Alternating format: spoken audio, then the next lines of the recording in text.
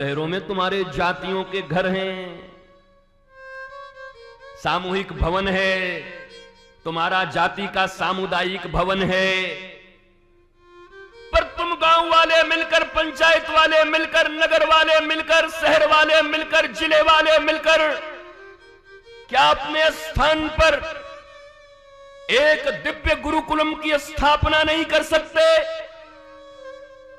उन श्लोकों में निष्णात ब्राह्मण विप्र जो बैठे हुए हैं, आने वाली पीढ़ियां संस्कृत पढ़ने से अब हेजिटेट करेंगी। कौन पढ़ेगा?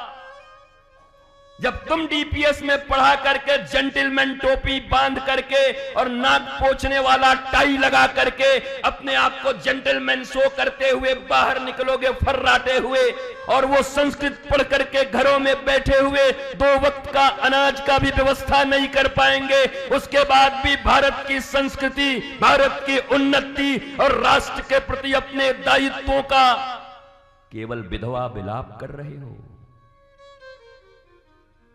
सोचे बोले करे नहीं, उसकी आशा फले नहीं। मौखिक ज्ञान नहीं व्यवहार, ऐसी शिक्षा को धिक्कार। मौखिक ज्ञान है, आशा में बैठे हुए। रोम जल रहा था तो नीरो बंसी बजा रहा था बैठ के। तुम्हारा राष्ट्र तुम्हारे हाथों से निकला जा रहा है,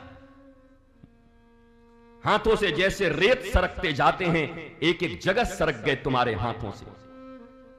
कभी अफगानिस्तान, कभी पाकिस्तान, कभी बांग्लादेश, कहां इंडोनेशिया तक, बर्मा तक। कैसा भारत, विशाल अखंड भारत। और अब तो बचा भी ऐसे करके एक पांव का भारत।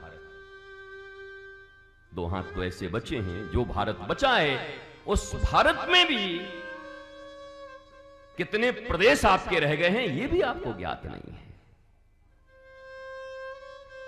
तुम्हारे ही देश में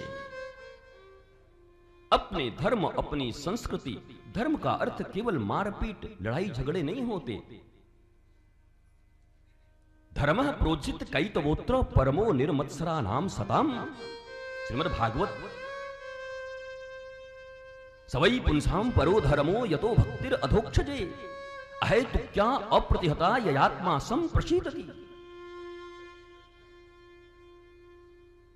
धर्मं भजस्व सततं त्यज्य लोक धर्मान् सेवस्य साधु पुरुषान् जहि काम तृष्णाम् अन्यस्य दोष गुण चिंतनमा सुमुक्तवा सेवा कथा रसमहो नितरां पिबत्वम्।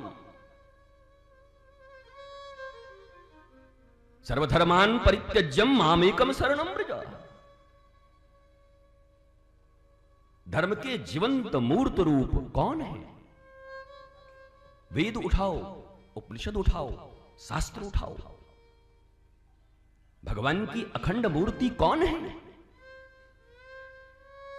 और मैं तुम्हें दावे से कह सकता हूं, अगर तुम वेदज्ञ हो, श्रुतज्ञ हो, तो स्तुतियां कह रही हैं, वेद कह रहा है, शास्त्र कह रहा है कि वास्तव में इस पृथ्वी पर चलता हुआ सदगुरु ही भगवान की अखंड मूर्ति है।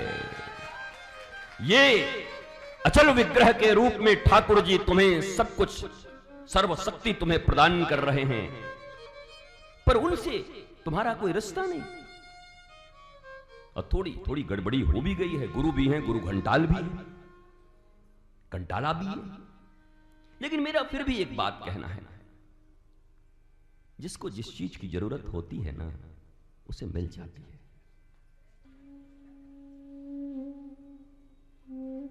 बड़ी बारात में